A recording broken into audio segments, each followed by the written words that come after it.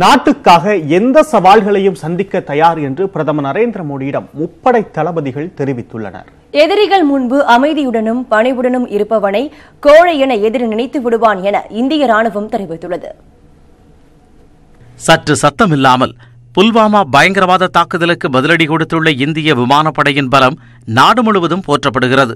நேற்றிரவு பிரதமர் நரேந்திர மோடி மற்றும் தேசிய பாதுகாப்பு ஆலோசகர் அஜித் தோவலையும் முப்படையின் தளபதிகள் சந்தித்து பேசினர். பாகிஸ்தானின் எதிர் நடவடிக்கையை சமாளிப்பது தொடர்பாக எடுக்கப்பட்டுள்ள நடவடிக்கையை பற்றி பிரதமரிடம் எடுத்துரைத்தனர். முப்படை தளபதிகளுக்கு வாழ்த்து தெரிவித்த பிரதமர் மோடி விமானப்படை தளபதி PS தானோவை பாராட்டினார். தேசிய பாதுகாப்பு ஆலோசகர் அஜித் தோவலிடமும் முப்படை தளபதிகள் ஆலோசனையை மேற்கொண்டனர். இதற்கிடையே பயங்கரவாதிகளுக்கு எதிரான தாக்குதல் குறித்து பன்னாட்டு தூதர்களுக்கும் அனைத்து கட்சிகளுக்கும் இந்திய அரசு விளக்கி கூறியுள்ளது.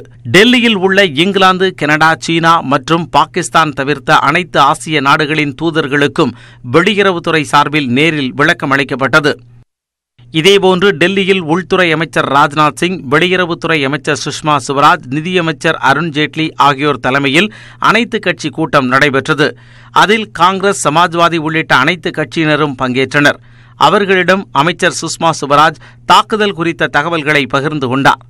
மத்திய அரசு எடுத்த நடவடிக்கைக்கு அனைத்து கட்சியினரும் ஒருமித்த குரலில் ஆதரவு அளித்ததாகவும் இதேபோல சர்வதேச நாடுகளும் ஆதரவு அளித்துள்ளதாகவும் சுஷ்மா சுவராஜ் தெரிவித்தார். मुझे खुशी है कि सभी प्रतिनिधियों ने एक स्वर में पहले भारतीय वायुसेना को बधाई दी, फिर सरकार द्वारा किए गए किसी भी आतंक विरोधी कार्रवाई के लिए हमेशा समर्थन देने का आश्वासन दिलाया और पक्ष और विपक्ष का भेद किए बिना एकजुटता का प्रदर्शन किया. கூட்டம் முடிவுற்ற பின்பு செய்தியாளர்களை சந்தித்த காங்கிரஸ் மூத்த தலைவர் குலாம் நபி ஆசாத், வெளிநாட்டில் இருந்து இந்தியாவிற்குள் வரும் பயங்கரவாதிகளை ஒழிப்பதற்கான பாதுகாப்பு படையினரின் முயற்சிக்கு ஆதரவு அளிப்போம் என கூறினார். सिविलियन नहीं मारा गया क्योंकि ये ऑपरेशन POK में है, पाकिस्तान ऑक्युपाइड कश्मीर में हुआ जो कि हिंदुस्तान का अपना हिस्सा है.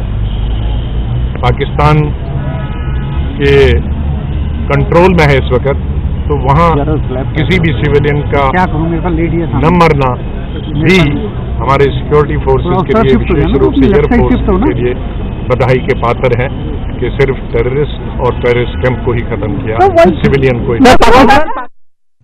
எதிரிகள் முன்பு அமைதியுடனும் பணிவுடனும் இருப்பவனை கோழை என எதிரி நினைத்து விடுவான் என இந்திய ராணுவம் தெரிவித்துள்ளது.